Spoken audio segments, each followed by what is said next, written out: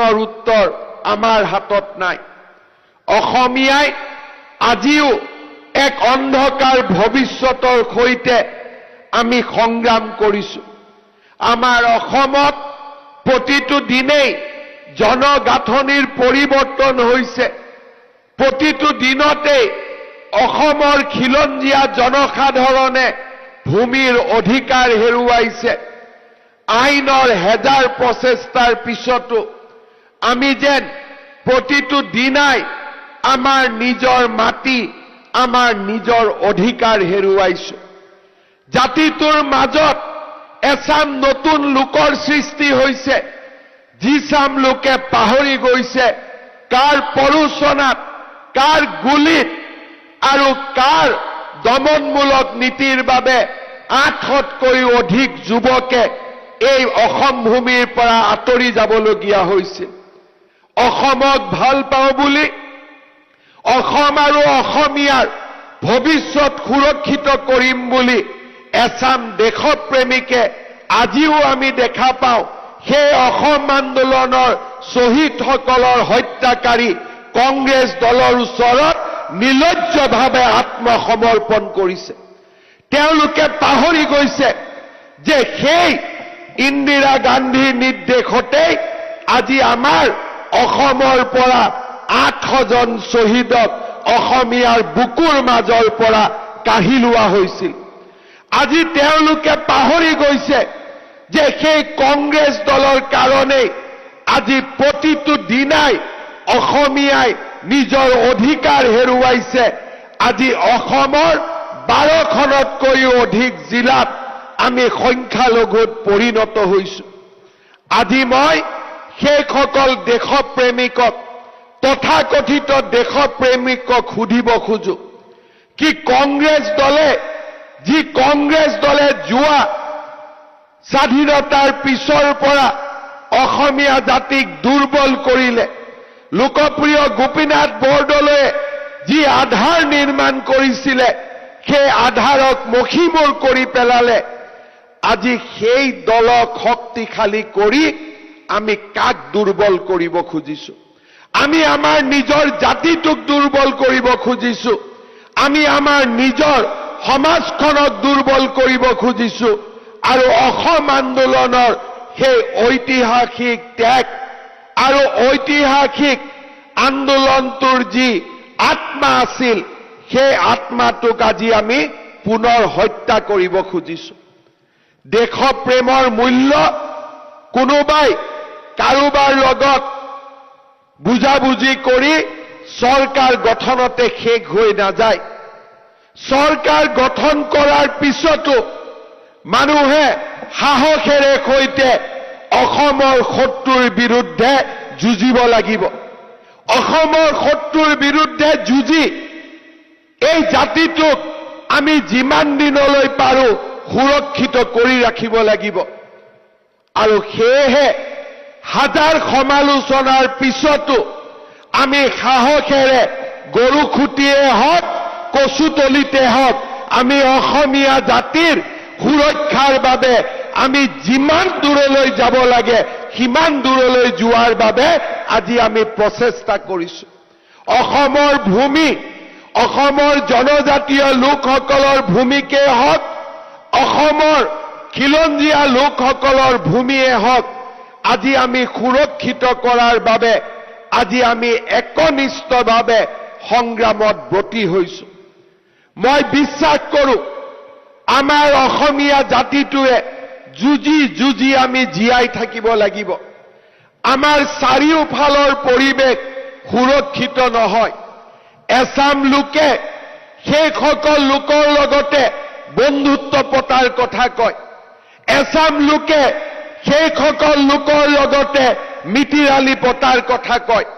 কিন্তু সেইসকল লোকক মই আজি আকৌ এবাৰ ক'ব বিচাৰিছো, শ্বহীদ খৰ্গেশ্বৰ তালুকদাৰ, শ্বহীদ ভূপেন ডেকাৰ তেজে আমাক সদায় প্ৰেৰণা দিব। সেইসকল লোকৰ বিৰুদ্ধে আমি যুঁজিম আৰু যুঁজি যুঁজি অসমীয়া জাতিয়ে জিকিব। আজি নহয় কালি অসমীয়া জাতিয়ে আকৌ এবাৰ জিকিব। তাক মই সেই সকল লোকৰ প্ৰতি মই সকীয়াই দিব খুজিছো। পৰাজয় আমি শিকা নাই। পৰাজয়ৰ আগতে আমি নিজৰ জীৱন বলিদান দিয়াৰ কথা চিন্তা কৰিম, কিন্তু পৰাজয়ৰ কথা আমি চিন্তা নকৰিম। আজি শ্বহীদ দিৱসৰ এই পবিত্ৰ মুহূৰ্তত থিয় হৈ মই আকৌ এবাৰ অসমবাসী ৰাইজক প্ৰতিশ্ৰুতি দিছো, আমাৰ চৰকাৰখনে, ভাৰতীয় জনতা পাৰ্টীয়ে অসমৰ জাতি, মাটি আৰু ভেটি ৰক্ষা কৰিবৰ কাৰণে সৰ্বোচ্চ বলিদান দিবলৈ আজিও সাজু আছে আৰু অহাকালিও সাজু থাকিব। এয়াই আমাৰ মৃত্যুপণ, এয়া আমাৰ সংকল্প। শ্ৰদ্ধাৰ ৰাইজ, যোৱা 3টা বছৰ গৰুখুটিয়ে হওক, কাজিৰঙাই হওক, কচুতলিয়ে হওক, এইখন চৰকাৰৰ বিৰামহীন সংকল্পৰ কথা আমাক আকৌ এবাৰ সন্মুখলৈ লৈ আহে। আজি আমি যোৱা কেইটামান দিনৰ ভিতৰত, যোৱা মাত্ৰ 3টা বছৰৰ ভিতৰত আমাৰ অসমৰ খিলঞ্জীয়া লোকসকলৰ ভূমিক সুৰক্ষা কৰিবৰ বাবে আমি এফালৰ পৰা আমি আমাৰ দায়িত্ব পালন কৰাৰ বাবে আগবাঢ়িছো। যি কাজিৰঙাৰ সমীপত এদিন সন্দেহযুক্ত লোকে তেওঁলোকৰ এক প্ৰকাৰে দুৰ্গ নিৰ্মাণ কৰিছিল, সেই কাজিৰঙাক আজি আমি সুৰক্ষিত কৰিছো। আজি আমি কাজিৰঙাৰ সমীপত আমি সন্দেহযুক্ত লোকক আমি আঁতৰাই পঠিয়াইছো। গৰুখুটি প্ৰকল্পৰ আৰম্ভণি কৰি সন্দেহযুক্ত লোকৰ পৰিৱৰ্তে অসমীয়া লোকৰ আত্মনিৰ্ভৰশীলতাৰ এক নতুন ইতিহাস নিৰ্মাণ কৰিছো। কন্যাকাৰ সফলতাই অসমীয়া লোকৰ আত্মনিৰ্ভৰশীলতাৰ প্ৰমাণ দিয়ে। আজি কচুতলিত ট্ৰাইবেল বেল্ট এণ্ড ব্লক পুনৰ উদ্ধাৰ কৰি অসমৰ জনজাতীয় লোকসকলৰ ভূমিৰ অধিকাৰ সুৰক্ষিত কৰিবৰ বাবে আমি প্ৰচেষ্টা কৰিছো। আপোনালোকে জানি ভাল পাব যে যোৱা 3টা বছৰত অসমৰ বনাঞ্চলেই হওক, অসমৰ সত্ৰই হওক, অসমৰ নামঘৰেই হওক, সন্দেহযুক্ত লোকৰ পৰা আমি 10,000 হেক্টৰ ভূমি বেদখল কৰিবলৈ সক্ষম হৈছো। কোনোবাই যদি মোক কয় 10,000 হেক্টৰ ভূমি মানে কিমান, চণ্ডীগড় ইউনিয়ন টেৰিটৰী যিমান দীঘল, যিমান বহল, এই 10,000 হেক্টৰ ভূমি সিমানেই দীঘল, সিমানেই ডাঙৰ। আমাৰ মনত স্পষ্টভাৱে আমাৰ প্ৰাণত শক্তি আছে, আমাৰ সংকল্প আছে। লাহে লাহে আমি অসমৰ প্ৰতি ডোখৰ ভূমি, প্ৰতি টোপাল মাটি, প্ৰতি টোপাল পানী আমি সন্দেহযুক্ত লোকসকলৰ পৰা উদ্ধাৰ কৰিম আৰু খিলঞ্জীয়া লোকসকলৰ ব্যৱহাৰৰ বাবে ইয়াক আমি লৈ আহিম। শ্ৰদ্ধাৰ ৰাইজ, এই সময়ছোৱাৰ ভিতৰতে অসমৰ সংস্কৃতিক ৰক্ষা কৰিবৰ বাবে আমি আমাৰ প্ৰচেষ্টা অব্যাহত ৰাখিছো। যোৱা 3টা বছৰত লাচিত বৰফুকনক 400 বছৰৰ জন্ম জয়ন্তী, হোলোঙা পাৰত তেখেতৰ সুদীৰ্ঘ প্ৰতিমূৰ্তি আৰু লাচিত বৰফুকনৰ জীৱন গাথা ভাৰতৰ প্ৰতিটো ভাষালৈ ৰূপান্তৰ কৰি প্ৰায় 1 লাখতকৈও অধিক পুথিভঁৰাললৈ নিজৰ নিজৰ মাতৃভাষাত লাচিত বৰফুকনৰ জীৱন গাথা আমি প্ৰেৰণ কৰিবলৈ সক্ষম হৈছো। আজি ভাৰতবৰ্ষৰ চুকে কোণে যেতিয়া শিৱাজী মহাৰাজৰ কথা আলোচনা হয়, ভাৰতবৰ্ষৰ চুকে কোণে যেতিয়া দুৰ্গা দাস ৰাথোৰৰ বিষয়ে আলোচনা হয়, গুৰু গোবিন্দ সিঙৰ বিষয়ে আজি আলোচনা হয়, আজি ভাৰতবৰ্ষৰ চুকে কোণে লাচিত বৰফুকনৰ বিষয়ে আলোচনা হয়। সেয়া আছিল আমাৰ সফলতা। শ্ৰদ্ধাৰ ৰাইজ, অসমৰ ঐতিহ্য আৰু সংস্কৃতিক আমি বিশ্বৰ দৰবাৰত প্ৰতিষ্ঠা কৰাৰ সংগ্ৰাম অব্যাহত ৰাখিছো। চৰাইদেউ মৈদামক আজি আমি বিশ্ব ঐতিহ্যৰ স্বীকৃতি দিয়াবলৈ সক্ষম হৈছো। আৰু আমাৰ বাপুতি সাহোন বহাগ বিহুক আজি আমি গ্ৰীনিজ ৱৰ্ল্ড ৰেকৰ্ডত সন্নিৱিষ্ট কৰিবলৈ সক্ষম হৈছো। অসমীয়া ভাষা পুৰণি নে বঙালী ভাষা পুৰণি? অসমীয়াৰ পৰা বঙালীৰ সৃষ্টি হৈছে নে বঙালীৰ পৰা অসমীয়াৰ সৃষ্টি হৈছে? সেই বিতৰ্কৰ অৱসান ঘটাই প্ৰধানমন্ত্ৰী নৰেন্দ্ৰ মোদী ডাঙৰীয়াই আমাৰ ভাষা জননী অসমীয়া ভাষাক ক্লাছিকেল লেংগুৱেজৰ মৰ্যাদা প্ৰদান কৰিলে। আৰু অহা 23 ফেব্ৰুৱাৰীত 10,000 শিল্পীৰে আমাৰ চাহ বাগিচাৰ সংস্কৃতি ঝুমুৰ নৃত্যক আমি সৰু সজাইত প্ৰদৰ্শন কৰাৰ বাবে আন এক ঐতিহাসিক সিদ্ধান্ত গ্ৰহণ কৰিছো। শ্ৰদ্ধাৰ ৰাইজ, জাতীয় জীৱনৰ বীৰসকল আমাৰ কাৰণে চিৰ নমস্য। আজি আমি গহপুৰত 450 কোটি টকাৰে কনকলতা বিশ্ববিদ্যালয় স্থাপন কৰি শ্বহীদ কনকলতা বৰুৱাৰ প্ৰতি শ্ৰদ্ধা নিবেদনৰ বাবে আমি আগবাঢ়িছো। অসম আন্দোলনৰ বীৰ শ্বহীদসকলৰ বাবে তেওঁলোকৰ সন্মানৰ বাবে আমি গুৱাহাটীৰ শ্বহীদ বাকৰিত এক অত্যন্ত মনোমোহা স্মাৰক 100 কোটি টকাৰে নিৰ্মাণৰ কামত আগবাঢ়িছিলো। 96% কাম সম্পূৰ্ণ হোৱাৰ পিছত এই বছৰৰ যিকোনো এটা দিনতেই আমি সেই শ্বহীদ স্মাৰক আমি গুৱাহাটীত শুভ উদ্বোধন কৰিম।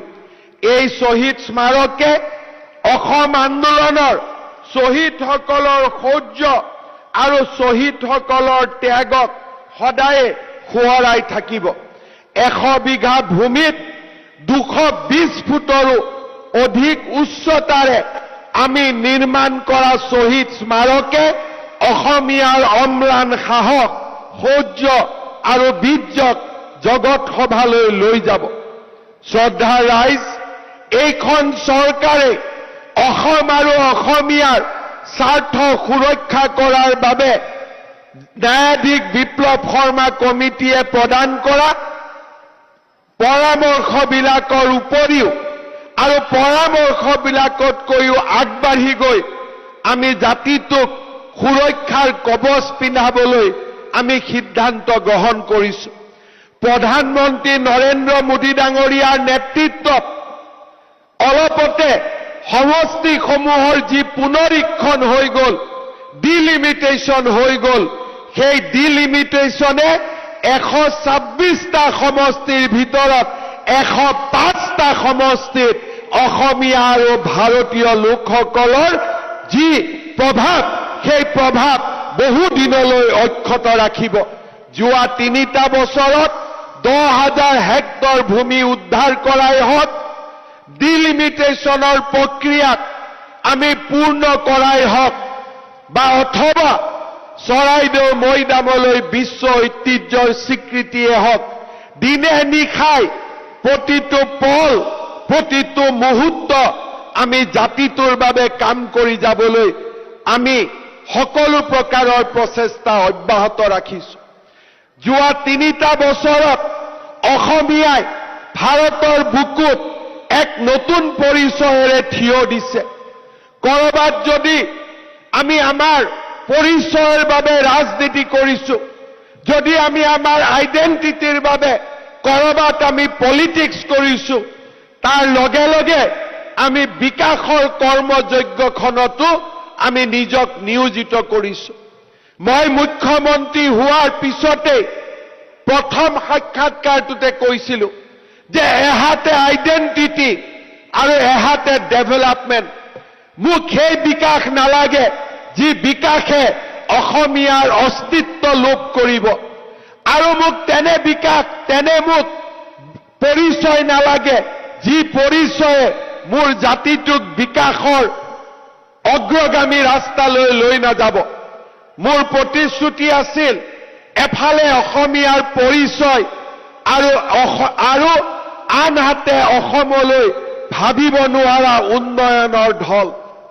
আজি 3টা বছৰ পিছত আপোনালোকৰ সন্মুখত থিয় হৈ আমি ক'ব পাৰো যে আমাৰ আইডেণ্টিটিয়ে হওক, পৰিচয় হওক, সেই ৰাজনীতিটো আমি আগবাঢ়িছো আৰু বিকাশৰ ৰাজনীতিটো আমি আগবাঢ়িছো। প্ৰধানমন্ত্ৰী নৰেন্দ্ৰ মোদী ডাঙৰীয়াৰ নেতৃত্বত আজি অসমৰ চাৰিওফালে বিকাশৰ ঢল।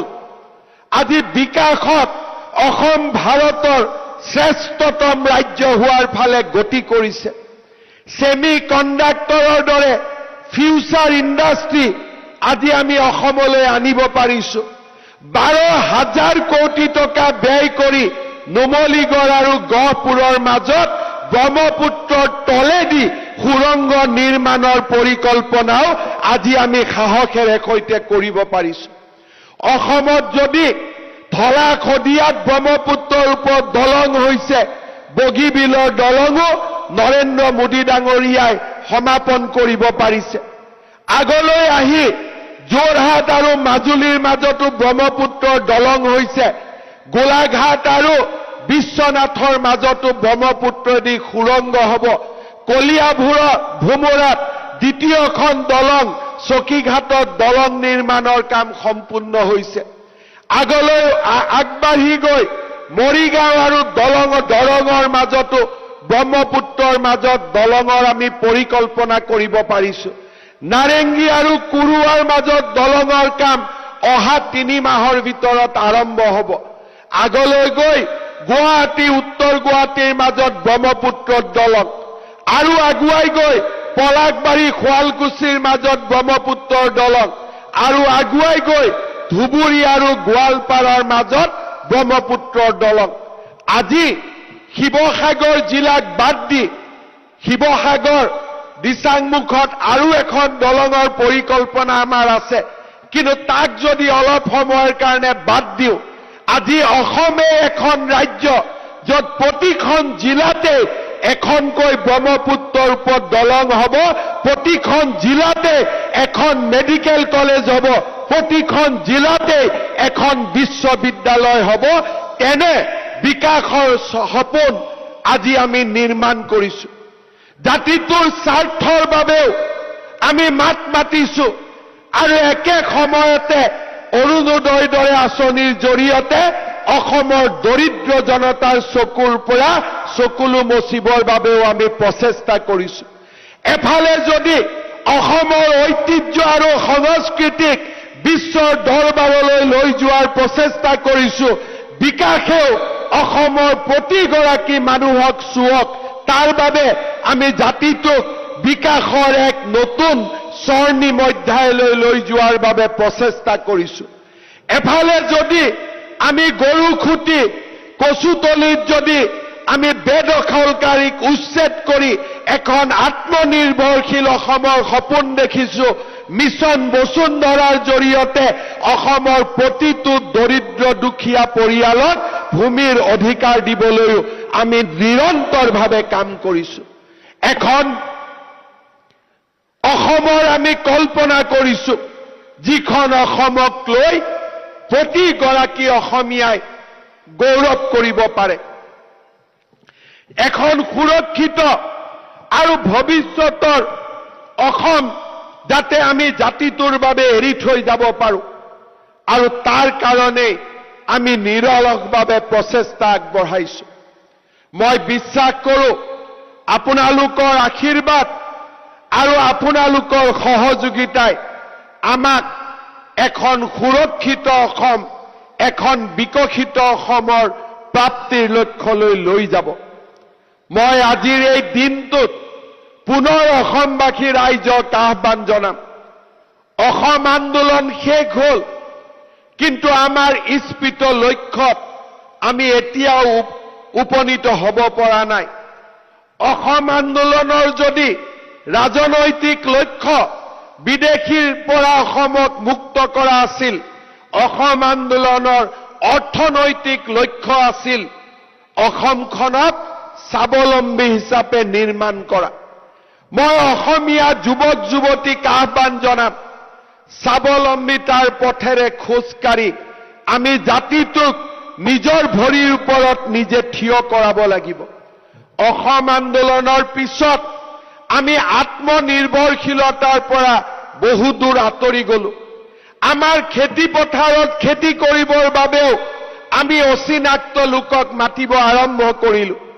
আমি যিখন ৰিক্সাত উঠো, আমি যিখন অটো ৰিক্সাত উঠো, আমি যিখন বাছত উঠো, সিও যেন অচিনাক্ত লোকে চলাবলৈ আৰম্ভ কৰিলে।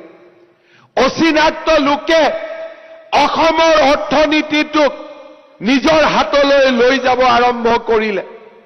অসমৰ যুৱক যুৱতীসকলে অসমীয়াক সেই অচিনাক্ত লোকসকলৰ পৰা ৰক্ষা কৰিব লাগিব। আমাৰ মাটি, আমাৰ খেতি, আমাৰ উদ্যোগ আমি নিজৰ ভৰিৰে আকৌ এবাৰ আমি নিজৰ ভৰিত নিজক থিয় কৰাব লাগিব। সেইটো জাতি, যিটো জাতিৰ খেতি পথাৰতো অচিনাক্ত লোক থাকে, যিটো জাতিৰ বাছখনো অচিনাক্ত লোকে চলায়, যিটো জাতিৰ ঘৰৰ দুৱাৰ মুখতো অচিনাক্ত লোকজনে আহি কাম কৰে, সেই জাতিটোৱে বহু দিনলৈ নিজৰ ভৰিৰ ওপৰত নিজে থিয় হৈ থাকিব নোৱাৰে। আবেগেৰে এটা জাতিৰ নিৰ্মাণ কেতিয়াও হ'ব নোৱাৰে। এটা জাতিৰ নিৰ্মাণৰ সৌধ হৈছে পৰিশ্ৰম। আবেগেৰে নহয়, এটা জাতিৰ নিৰ্মাণৰ সোণালী সৌধ হৈছে বিবেক। যেতিয়া বিবেকেৰে আমি পৰিচালিত হওঁ, বুকুত অদম্য সাহসেৰে আমি আত্মনিৰ্ভৰশীলতাৰ ফালে আগুৱাই যাওঁ, তেতিয়া সেই জাতিটোৰ ভৱিষ্যতক কোনেও ধৰি ৰাখিব নোৱাৰে। মই অসমৰ যুৱক যুৱতীসকলক আহ্বান জনাম, আমাৰ আন্দোলন হ'ব লাগিব আমাৰ খেতি পথাৰত, আমাৰ আন্দোলন হ'ব লাগিব আমাৰ উদ্যোগ খণ্ডত, আমাৰ আন্দোলন হ'ব লাগিব পৰিবহন খণ্ডত, আমাৰ আন্দোলন হ'ব লাগিব অসমক অৰ্থনৈতিকভাৱে স্বাৱলম্বী কৰাৰ দিশত। আজিৰ নতুন অসমীয়াই বন্ধ ধৰ্ণা পিকেটিঙৰ আন্দোলনক সমৰ্থন নকৰে। সেই আন্দোলন আমাক লাগে, যি আন্দোলনে অসমৰ পৰা অচিনাক্ত লোকসকলক আঁতৰি যাবলৈ বাধ্য কৰিব। মই আজিৰ এই দিনটোতেই প্ৰতিগৰাকী অসমীয়া ভাৰতীয়ক অনুৰোধ কৰিম, যিমানেই টকা নিদিয়ক কিয়, যিমানেই মূল্য নিদিয়ক কিয়, নিজৰ মাটিডোখৰ যাতে কেতিয়াও আপোনালোকে অচিনাক্ত লোকক বিক্ৰী নকৰে, তাৰ বাবে মই আহ্বান জনাম। এই জামুগুৰি হাটৰ পবিত্ৰ মঞ্চৰ পৰাই মই বৰপেটা, নগাঁও, মৰিগাঁও, নলবাৰী, ধুবুৰী, গোৱালপাৰা ৰাইজক আহ্বান জনাম, দৰঙৰ ৰাইজক আহ্বান জনাম, কোনোবাই এটা টকা বেছি দিলেও আমাৰ যাতে মাটি আমি যাতে কেতিয়াও অচিনাক্ত লোকক বিক্ৰী নকৰো, তাৰ বাবে আজি আমি এই দিনটোত পণ ল'ব লাগিব। অসমীয়াৰ হাতৰ পৰা মাটিডোখৰো যদি আঁতৰি যায়, জীয়াই থকাৰ বাবে আমি পৰিচয় নোপোৱা হ'ম। জনগাঁথনিৰ পৰিৱৰ্তনে আমাক গ্ৰাস কৰিছে। অসমীয়া জাতি এনে এটা জাতি, আমি মমৰ পোহৰত আছো। মমৰ পোহৰে মমডালকো জ্বলাই দিয়ে আৰু কেতিয়াবা নিজৰ শৰীৰ জ্বলাই জ্বলাই সেই মমডাল নোহোৱা হৈ যায়। আজি আমাৰ চাৰিওফালে অচিনাক্ত লোকৰ মাজত এডাল মমৰ দৰে জ্বলি আমি অসমখনক আলোকেৰে আলোকিত কৰি ৰাখিবলৈ প্ৰচেষ্টা কৰিছো। কিন্তু আমি যদি এই মমৰ পোহৰক সূৰুজৰ পোহৰলৈ ৰূপান্তৰ কৰিব পাৰো, অসমীয়া জাতিক কোনেও আন্ধাৰৰ অমাৱস্যাৰে ঢাকিব নোৱাৰিব। আমাৰ প্ৰতিজ্ঞা হ'ব লাগিব, এই জাতিটোলৈ আমি সূৰুজৰ পোহৰ আনিম। এই জাতিটোলৈ আমি আত্মনিৰ্ভৰশীলতাৰ এক নতুন ইতিহাস কঢ়িয়াই আনিম। শ্বহীদে যদি নিজৰ তেজেৰে অসমখনক ধুৱাইছিল, আমি কপালৰ ঘামেৰে আমাৰ মাতৃভূমিক ধুৱাম সেই প্ৰতিজ্ঞা অসমৰ যুৱক যুৱতীসকলে কৰিব লাগিব। আমি শ্বহীদ ভূপেন ডেকা নহয়, আমি শ্বহীদ খৰ্গেশ্বৰ তালুকদাৰ নহয়, আমি ভগৱানৰ সেই বিশেষ সন্তান নহয়। শ্বহীদসকল ভগৱানৰ শ্ৰেষ্ঠতম সন্মান। ভূপেন ডেকা খৰ্গেশ্বৰ তালুকদাৰ হোৱাৰ সাহস আৰু শক্তি ভগৱানে আমাক দিয়া নাই, কিন্তু তেওঁলোকৰ প্ৰেৰণাৰে আমি ৰোমাঞ্চিত হৈ, তেওঁলোকৰ আদৰ্শৰে আমি আদৰ্শান্বিত হৈ তেজেৰে মাতৃক ধুৱাব নোৱাৰিলেও কপালৰ ঘামেৰে আমি নিশ্চয় অসম মাতৃক ধুৱাব পাৰোঁ। আৰু সেইবাবে অসমৰ যুৱক সমাজে অসম মাতৃক কপালৰ ঘামেৰে ধুৱাবলৈ ওলাই আহক, বিশ্ব বিজয় কৰিবলৈ আগবাঢ়ি আহক। ৰূপকোঁৱৰ জ্যোতিপ্ৰসাদ আগৰৱালাই কৈ যোৱাৰ দৰে বিশ্ব বিজয়ী নজোৱান জ্যোতিয়ে সপোন দেখিছিল অসমীয়া যুৱকে বিশ্ব বিজয় কৰিব, আৰু আজিও আমি বিশ্ব বিজয় কৰিব পাৰোঁ। অসাধাৰণ যুৱক অসমৰ মাজত এতিয়াও আছে। অসাধাৰণ যুৱকসকলে এতিয়াও আমাক প্ৰেৰণা যোগায়। মই বাৰে বাৰে অনুৰোধ কৰিম, অসমৰ ভৱিষ্যত আমি তেতিয়া সুৰক্ষিত কৰিব পাৰিম যেতিয়া অসমৰ প্ৰতিটো কামৰ ওপৰত অধিকাৰ আমাৰ থাকিব। আমাৰ মনবোৰ বেদনাৰে সিক্ত হৈ যায়, আমাৰ মনবোৰ বেদনা আৰু দুখেৰে পৰিপূৰ্ণ হয় যেতিয়া অচিনাক্ত লোকে কয় যে আমি মাছ বিক্ৰী কৰা বন্ধ কৰি দিম, যেতিয়া অচিনাক্ত লোকে কয় যে আমি নহলে উজনি অসমত কাম নহব। সেই দিনটোতকৈ চৰম অপমানৰ দিন জাতিটোৰ বাবে একোৱেই নাথাকে। কোনোবা অচিনাক্ত লোকে যদি খাৰুপেটীয়াৰ পৰা কয় যে আমি নোখোৱালে তোমালোকে খাব নোৱাৰিবা, তাতকৈ আৰু ডাঙৰ অপমান জাতিটোৰ বাবে একোৱেই হ'ব নোৱাৰে। কাৰোবাৰ অচিনাক্ত লোকে খেতি কৰিব আৰু সেই খেতিৰ শাক পাচলিৰ মূল্য বাঢ়িছে নে কমিছে তাৰ ওপৰত আমি টিভিত গৈ টক শ্ব' কৰিম, সেয়া অসমীয়া জাতিৰ ভৱিষ্যত হ'ব নোৱাৰে। অসমীয়াই বছৰৰ বাবে প্ৰয়োজনীয় নিজৰ খাদ্য নিজৰ ঘৰৰ বাৰীত উৎপন্ন কৰিছিল। দলগাঁও খাৰুপেটীয়াৰ পৰা অহা আলু তাৰ দাম কিমান হ'ব তাৰ জল্পনা কল্পনা অসমে নিজৰ ইতিহাসত কেতিয়াও কৰা নাছিল। অসমীয়াই যেতিয়া আত্মনিৰ্ভৰশীল হ'ব, শাক পাচলিৰ দামৰ বাবে আমি টিভিৰ টক শ্ব' চাব নালাগিব, নিজৰ বাৰীখনৰ ফালে চাব লাগিব, আৰু নিজৰ বাৰীতে আমি নিজে খোৱা শাক পাচলি আমি উৎপাদন কৰিব পৰা অৱস্থাত আমি আজিও আছো। যদি অসমীয়াই বজাৰৰ মূল্য বৃদ্ধি হৈছে তাৰ আলোচনা আমি একেদিনাই নোহোৱা কৰিব পাৰোঁ যদি আমাৰ খেতি পথাৰখন 9টা মাহ খালী নাথাকে।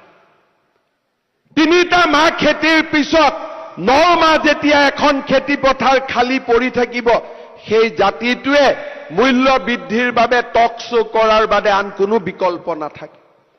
কিন্তু যেতিয়া অসমীয়াই পণ ল'ব যে মোৰ খেতি পথাৰ এটা দিনৰ বাবেও খালী নাথাকে, মোৰ খেতি পথাৰৰ চাৰিওফালে মই মূল্যৱান গছ ৰোপণ কৰিম, এই খেতি পথাৰত মই শাক পাচলি মাহ হালধি উৎপাদন কৰিম, দলগাঁও আৰু খাৰুপেটীয়াৰ ফালে আমি চাব নালাগে। গৰুখুটি আৰু কন্যকাই সেই স্বাৱলম্বী অসমৰ